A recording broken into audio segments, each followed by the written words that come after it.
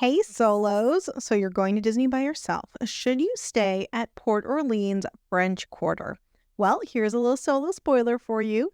If you were looking for a charming, cool, not too big resort that has a couple nighttime options, then Port Orleans French Quarter is an excellent choice for you. Hi everyone, it's Samantha. Olaf may not know who Samantha is, but now you do. And welcome to Solo Magic, the #1 podcast for solo travel to Disney World. This summer, I have been going over all the value and moderate resorts and talking about the pros and cons of staying at them solo. I've already done the value resorts in July, and I have done 2 out of the 4 moderate resorts. This is the 3rd episode where I'm going to be covering Port Orleans French Quarter. And when I stayed there for the first time in April, it quickly became my favorite moderate resort. Even though it is the smallest resort in all of Disney property, so this episode will probably be much shorter than any of the other episodes, I just found it so charming and so immersive and lovely that I can't wait to share my experience with staying at Port Orleans French Quarter with you in this episode. But just a reminder that you can listen to this episode on Spotify and Apple and on YouTube. And as you know, you can connect with me on Instagram, Threads, Facebook, and there's also a blog. It's been really cool actually talking with you all through Instagram this summer about the different resorts. I appreciated that some of you were like, yeah, I knew there was something about Riverside, but I wasn't quite sure what it was. And I gave the little history lesson last week. And next week I'm doing Coronado, and I've already suggested it is not my favorite resort. It is not my favorite resort, even though I have actually already recorded that episode, and it is very long because there's so many storylines that I want to share, as well as what I like and what I don't like, and I'm trying to be fair. So this episode will probably be very short, but it's going to really just focus on the things that I love about the French Quarter Resort. But again, stay connected with me. It's really great. I've been on Instagram the most this summer, so definitely connect with me. And I love to hear your perspectives on these hotels as well. And maybe in the fall, you can come onto the podcast and you can do your own solo story. All right, I think that was all the preamble. Let's get into it. Okay. So French Quarter. Now, French Quarter is kind of hard to book. And if you are looking at a particular week or a couple days at Disney and all of the resorts are available, including French Quarter, you might find that it is the most expensive out of all of the moderate resorts. And that's not because it offers more than any of the other resorts. In fact, it actually offers less in a couple different ways. The reason why is because it is so small. There just isn't the quote-unquote room stock to be competitive with the prices. It isn't very large at all. I think it is the smallest hotel on all of Disney property. And whereas the other moderate resorts have all these different neighborhoods, Port Orleans French Quarter is just its own neighborhood. It's just its own thing. There aren't all these kind of differentiated neighborhood and areas that are named itself. So think of it just kind of like an annex to Port Orleans Riverside in that it is its own thing, but it is a small of its own thing, if that makes sense. Let's talk a little bit more about that overview. So in all the moderate resort episodes so far, I have talked about how Port Orleans Riverside, Coronado, and Caribbean Beach are all designed basically the same. There's a main building, and then there's a large body of water, and then there is all of these different neighborhoods that are around the body of water that represent different areas like Jamaica and Barbados, or a different quote-unquote progression of a geographical storyline, like with Riverside and also with Coronado, which I'll talk about next week.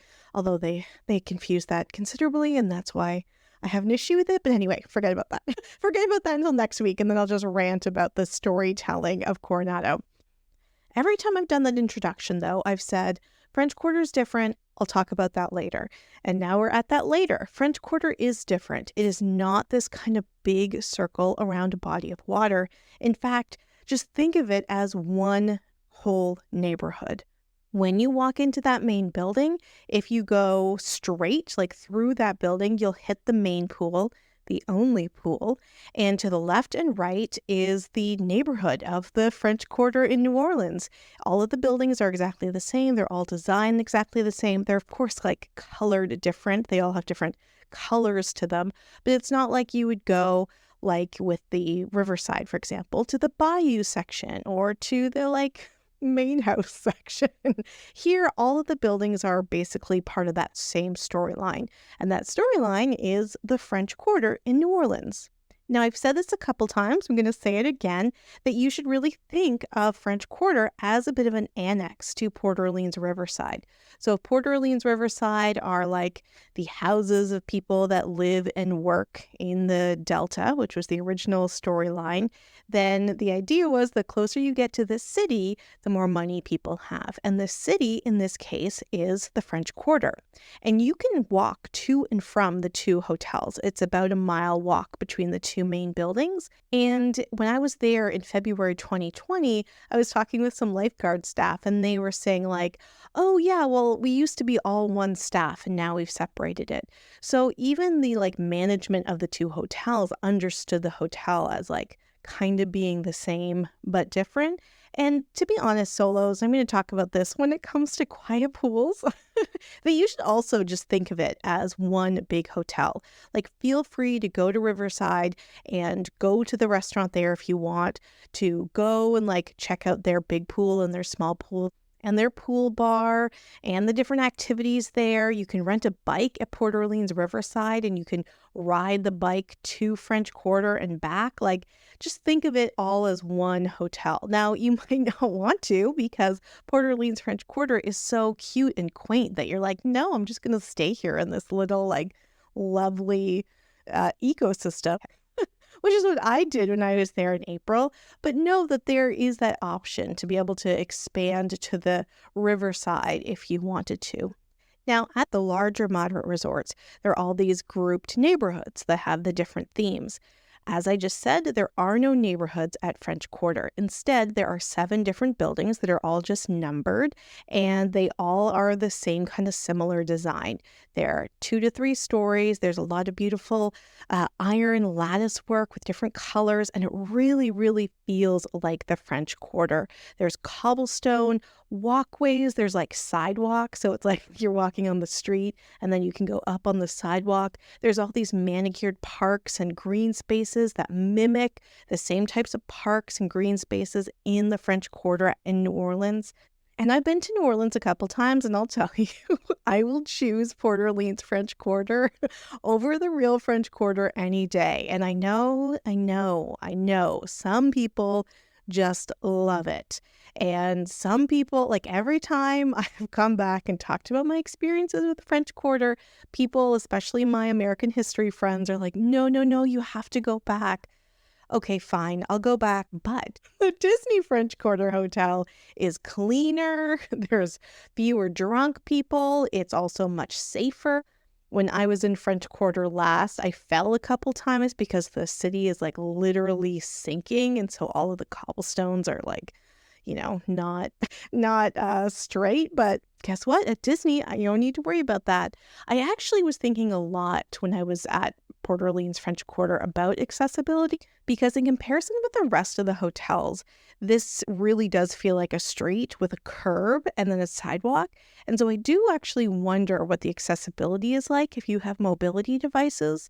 But if you are walking and normally have good balance, then this is much better than actual New Orleans, for sure. If you look at a map of Port Orleans French Quarter, you will see that it is laid out with these nice straight grid lines because of the fact that it does mimic the neighborhood of the French Quarter in New Orleans. Like I said, there are parks, there's manicured green spaces, there's also this beautiful ironwork of different gates, again, mimicking the French Quarter. There are these beautiful street lamps that glow in the evening. They're just so beautiful. And you can also get a horse and buggy carriage ride around on the property. And I'll tell you, something about hearing the clip-clopping of horses at night with the lamplight and these cobblestone streets and not hearing crazy techno music or the yells of drunk people was just so amazingly lovely. Lovely, charming. Charming is like my main word for Port Orleans French Quarter. Definitely. It was so, so charming. Now, like the Value and other moderate resorts, these are motel style rooms, which means there are no balconies and the corridors of the rooms are on the outside. But you can kind of like have a makeshift balcony, which is what I did because it seems like you're always being able to look out on the street or on these green parks because of how small the hotel is.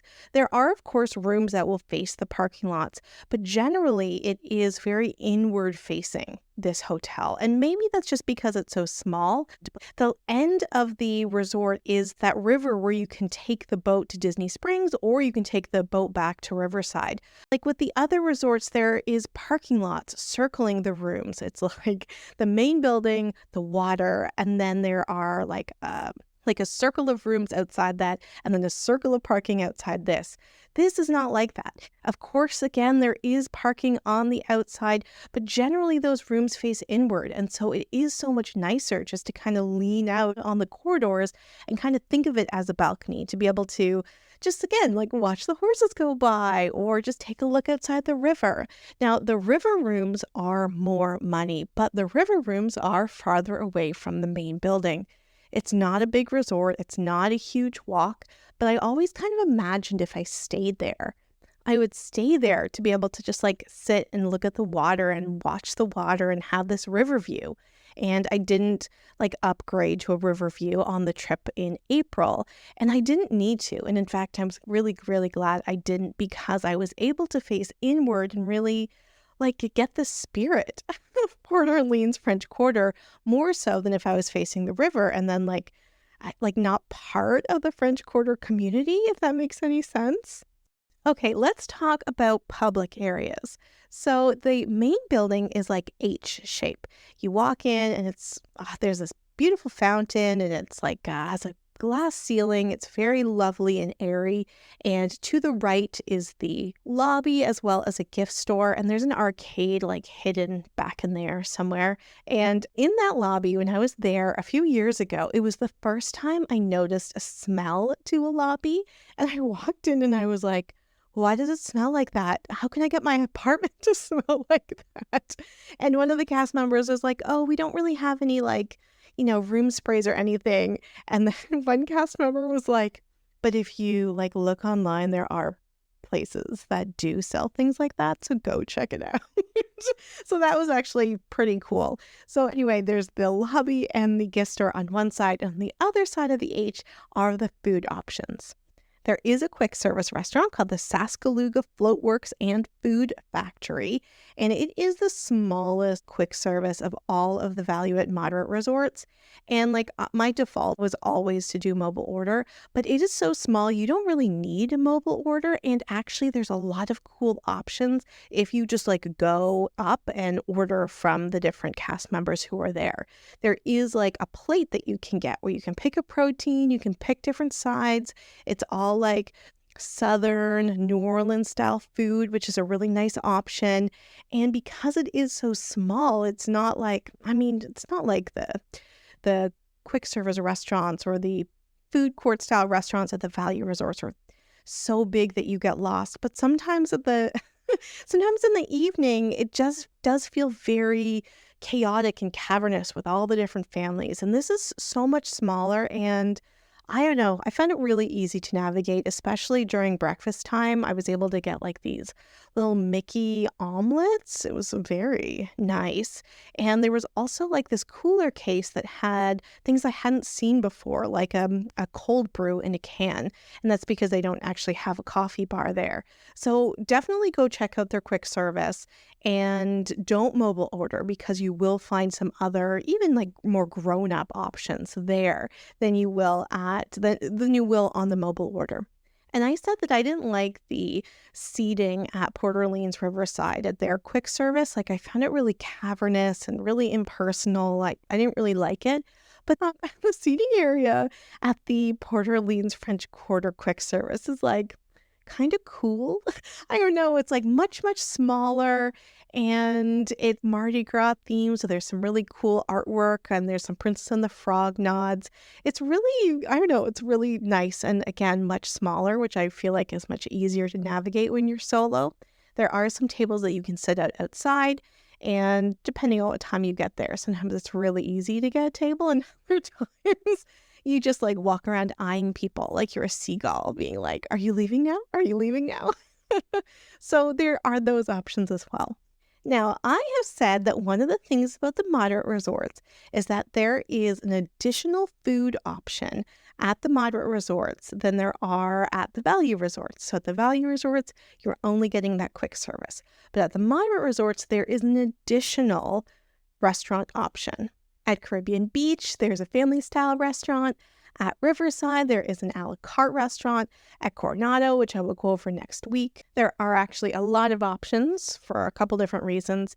And at Port Orleans French Quarter, there is only one option. It's not a restaurant option, but, and I know some of you are already like wondering why we're 15 minutes into this episode and I have yet to mention this one thing. But there isn't a restaurant at Port Orleans French Quarter. What there is the Scat Cat Cafe, where you can get, fill in the blanks here, Mickey beignets, where you can get the original Mickey beignets. They are hot. They are freshly made.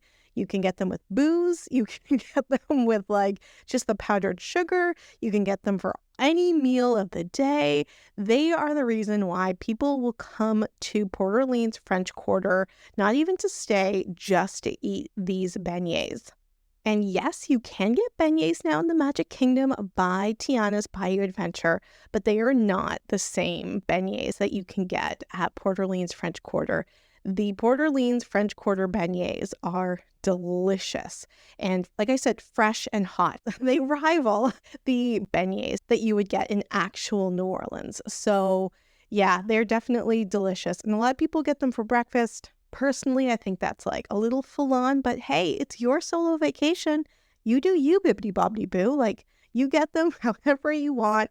Usually I'll get like a bag of 3 and then eat one every day. And don't tell the Canadian border guards, but I have also brought them home and then ate them the next morning back in Toronto. Don't tell, but I love it when I do that. Because although I've only stayed at Port Orleans French Quarter once, I have gone a couple times to get the beignets. But I don't actually think that's the best part of French Quarter. After I stayed there, I was like, oh, the beignets are like a great bonus. But that's not what the French Quarter is about. What it's about are these charming streets. It's this kind of like smaller, immersive community type feel, this charming community type feel of a hotel in comparison to these large ones at moderate or these budget-friendly ones in the value resort. And so the beignets are like a great bonus. Don't get me wrong. But that's not necessarily why I would tell you to go there. You can go there on your own to get the beignets, like stay there for all of the charm and then enjoy the beignets when you're there. But don't necessarily just go for the beignets. What you might want to go there for, and I can't believe more people don't talk about that, but the Scat Cat Club is like, there's actually 2 parts to it. And the part that most people go to is the place where you get the beignets. But then there is a place attached to that, also called the Scat Cat Club, that is a jazz club that plays live jazz music like 5 days out of the week. And it's totally like a jazz bar. It's like dark and intimate. It's not smoky because of smoking laws, but it is like, it feels like a jazz bar. But if you are intimidated with the idea of going to a jazz bar, and like, look, I love jazz music. I love live music, but I do recognize that it can be intimidating to like go into like a cool jazz bar by yourself during a vacation. Like, don't worry about that at Disney. I mean, it's Disney. Do not worry about that at Disney. There are kids that allow in there, and like, people are in their shorts, people are in their flip-flops, and you could be one of those people. In fact, when I was there for Dapper Day, I was all dressed up all day. And at the end of the night, I was like, okay, I'm going to go check out the jazz, but I don't want to like get dressed up and blah, blah, blah, blah, blah. And it's not like I'm somewhere other than Disney where I would like be worried about how I'm going to get home and all that stuff. No, no, no. All I did was like take my hair done, put it in a messy bun, put on like a simple sundress and some flip-flops, and I like dragged myself out of bed to go listen to the jazz music. And the Scat Cat Club like bar and lounge where there's jazz music also has a food menu, which include beignets, but I also got like a po' boy sandwich on a beignet. And I'll tell you, the po' boy sandwiches that I've gotten at Port Orleans French Quarter are better than any of the po' boys I've actually had in New Orleans. So yeah, go check it out. And it was definitely not intimidating. It was like the perfect adult thing to do at the end of my day. And like when the music was over, I was able to basically get into bed in the clothes I was wearing. And it was like such a perfect balance for me of not having to like put out any extra effort because it's Disney and you've already done that all day, but you still get this special kind of adult, grown up, going out type of experience, but without any of the intimidation then doing it like maybe in your own hometown or in a different place that you travel because you're at Disney. And, obviously, like, I shouldn't say obviously, no one looked at me.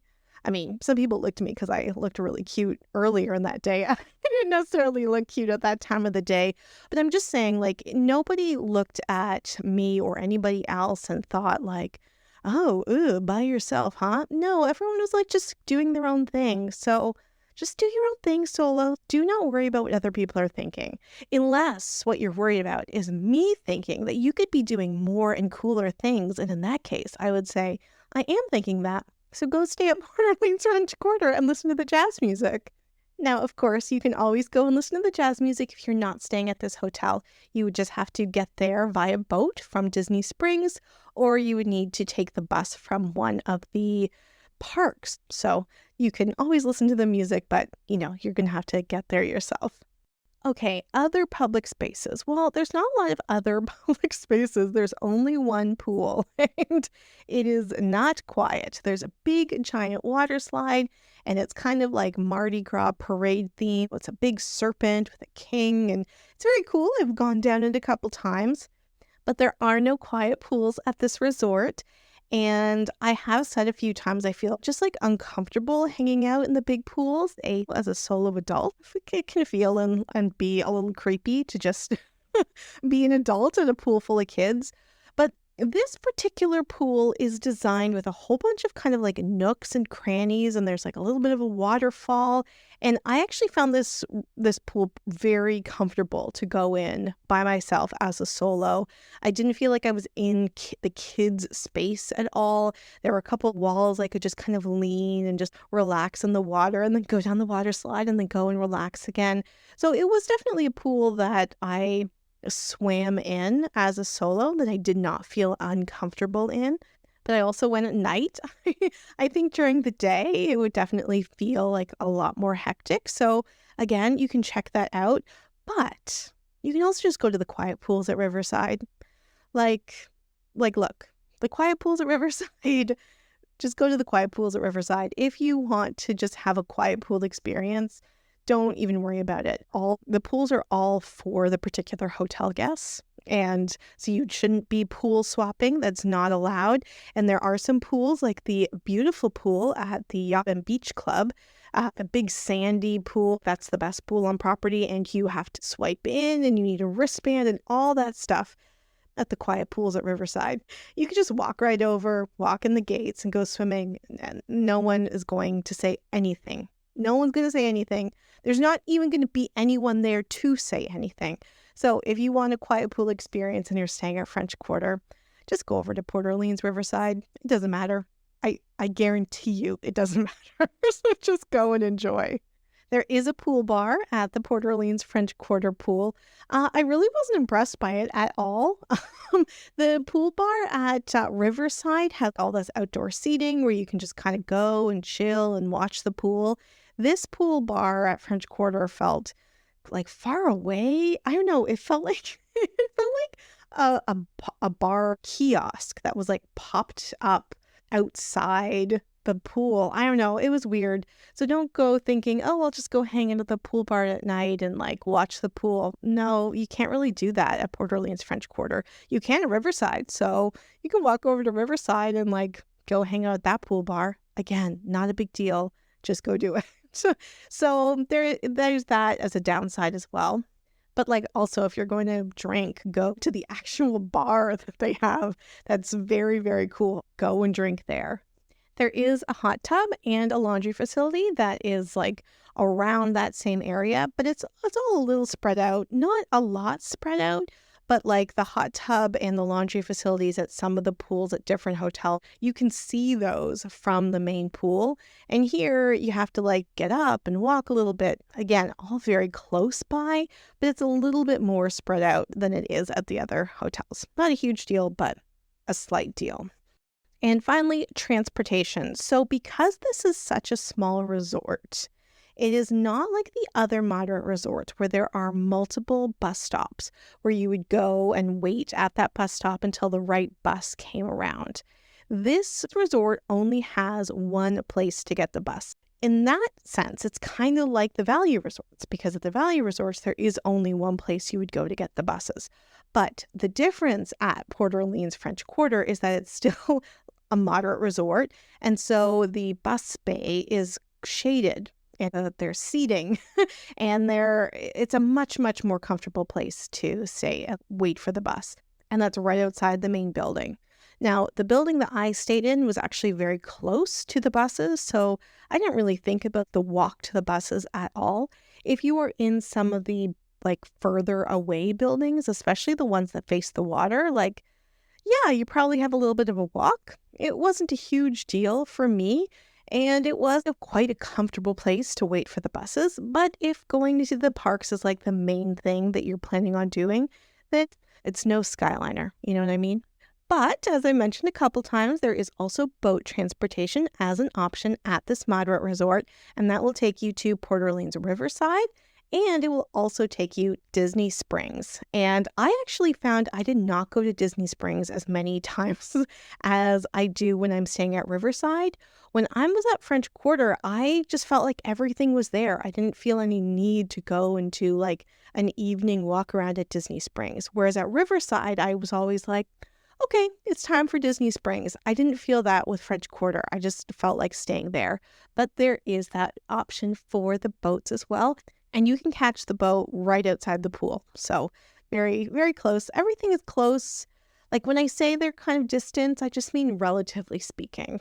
I haven't talked about the rooms. The rooms are beautiful. They are decorated with definite touches to New Orleans and the French Quarter, which is such a nice element of the moderate resorts in comparison to the value resorts. Like I said with the value resort, one of the benefits of those rooms is that it makes you want to go to the parks. Because there's no reason for you to hang out in that room. But as soon as I opened the door to my French Quarter room, I was like, oh my God, I could just stay here forever. It is so beautiful. It was so charming. There were some Mardi Gras beads that were left by the housekeeping staff. Oh my God, it was lovely. And then, you know, as I do, I got a headache because of the sun. And usually if I was staying at an all-star resort, I'd be like, oh my God, I have to go back to the all-stars and I'm so far away. But this time when I was there in April, I was like, oh, I can go back to that beautiful, charming room and listen to the jazz music and like just be surrounded by all these like Princess and the Frog touches. Yes, please, I will do that. So it was definitely a room I felt very comfortable spending time in. And the moderate resort rooms are bigger than the value resort rooms. And I actually felt like my French Quarter room was bigger than the rooms that I've had at Riverside. I don't know if that was just like my brain or if that was something real. I did have a corner room when I was there at French Quarter, so maybe that made it feel a little bit more open because I had two sets of windows. But, you know, there were the two double beds, a table and chairs, a bar fridge, a chest of drawers, your TV, a place to hang a few things, an ironing board, a bathroom. Well, it was a two-piece bathroom, so in one part of the bathroom was the tub and the shower with the toilet, and then there was a door, and then you had two different sinks, and you could separate the sink area from the bedroom area with a curtain. that was also Princess and the Frog themed. So again, everything you needed in a room. Okay, so I think I've covered as much of the overview as possible. Let's talk about some pros and cons. So one con is the fact that there is only one place to get the buses. And this is specifically a con because in comparison with the other moderate resorts, this is not the same type of transportation options that you would get at a moderate level resort. Because it's so small, there is only one place to get the bus. So think about that. Now, as you know, I'm not a rope dropper, so I don't know what those bus bays look like in the morning and how busy and how full and all of that stuff. But when I was there, it was really easy just to walk over and wait for the bus, and there wasn't anybody else there. So that's a con, that there is only one place to get the bus. Another con is that there is only one pool, and there are no quiet pools. And that is, again, because of the size of the resort. They just really can't handle to have another pool. It is so focused on the particular theme that the addition of another pool would not make sense within the storyline. So there is only one pool. You can of course go use the riverside ones, but that is also a little far as well.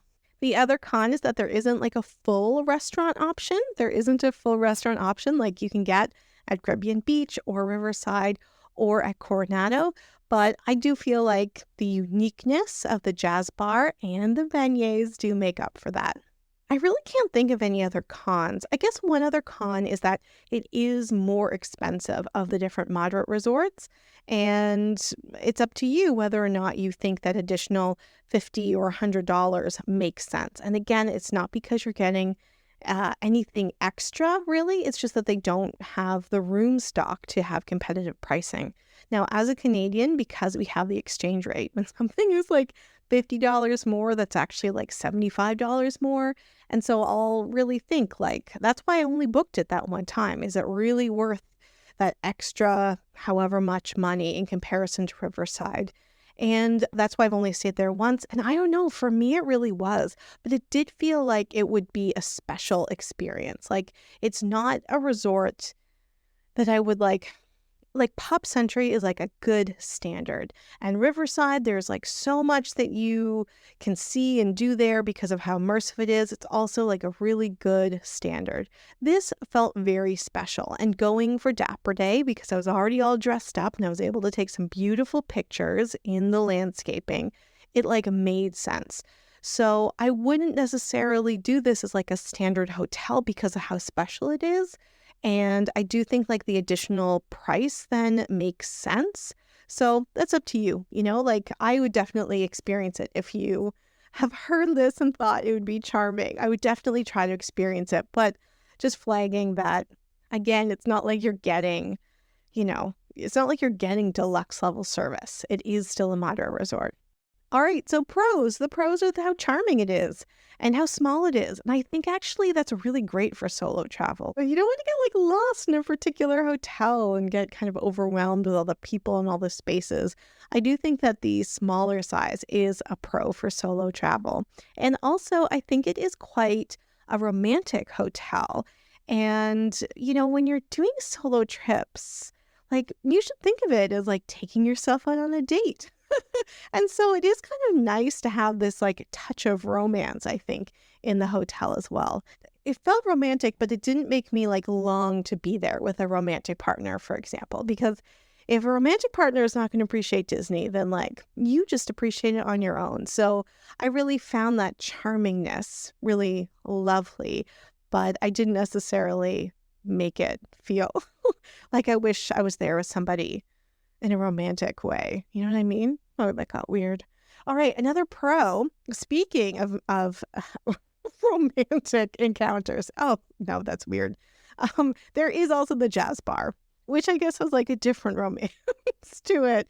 But I also think that you really can't underestimate how cool that jazz bar is as just a special, surprising element to a Disney vacation. So that is a pro. And a lot of you are going to say that a pro are the beignets as well. And sure, those are the pros. It's bonus, though. It's not, it wouldn't be my main draw. It's cool. I'm not saying it's not cool, but it's just one particular thing. But you know what? Walking around eating beignets Hearing the clip-cloppy of horses and thinking that you've taken yourself on a date to New Orleans and you're not worried about drunk people. That is actually quite nice. It's charming, romantic, and bonus. And another pro is that you can get to Disney Springs really quickly. You can get to Disney Springs really quickly, and you can also get to Port Orleans Riverside really quickly, whether that's through walking or taking the boat. And that means that you really can make use of everything that Disney Springs has, as well as the neighboring hotels. So you're kind of getting like 3 experiences for the price of 1. So, have I covered everything? I think I have. Like, I hope you can hear from my voice just like how lovely it's been to reminisce about my experience there. And I'll post on Instagram some videos because I did take videos when I was there, just being like, oh my God, look how beautiful it is. Oh my God, it's a jazz bar. Oh my God, I'm eating donuts in a jazz bar. This is amazing. So I hope you really enjoy like thinking about what that might be for your own solo vacation. And let me know if you've stayed there and you also find it charming, or if there's some other cons that I just haven't seen or I didn't really notice, because it's great to be able to share your own pros and cons with the solo community, or I can share them for you. So, all right. Speaking of pros and cons, next week we're talking about Coronado, a lot of people's favorite resort, especially for solo travel. And I will be as fair as possible. Actually, it is a really good option for solo travel, Coronado, but if you like consistent storylines, then you might have an issue with Coronado like I do. Also, there's going to be the like ride, relocate to, and get rid of. There's going to be an episode for Hollywood Studios and for Animal Kingdom. There's going to be Hollywood Studios this week, Animal Kingdom next week. So make sure you're following along for that as well. And then the last week of August is my birthday. And so I have a special reintroduction to me as a bonus episode, as well as an episode about celebrating your birthday at Disney that week that I'm going to both be at Disney for my birthday, but also the week of my birthday. So I'm excited for that. You should be too. Oh my God, I'm going to be at Disney like in less than 2 weeks. So I can't wait to share that trip with you. All right, everyone, until next week. Bye. Hey Solos, it's Samantha. I hope you like this episode and all the episodes of Disney Solo Magic, the podcast about the magic of going to Disney World solo. Just a reminder to subscribe, to rate, review, to comment, to share, so that other people can learn about the magic of going to Disney World solo. Also, connect with me on social media. You can find me on Instagram, on Threads, on Facebook, and on the blog disneysolomagic.blogspot.com. On Instagram, I am Disney_solo_magic_podcast, as well as on Threads at Disney_solo_magic_podcast. And on Facebook, it's Disney Solo Magic. Again, the blog address is disneysolomagic.blogspot.com. Until next week, bye!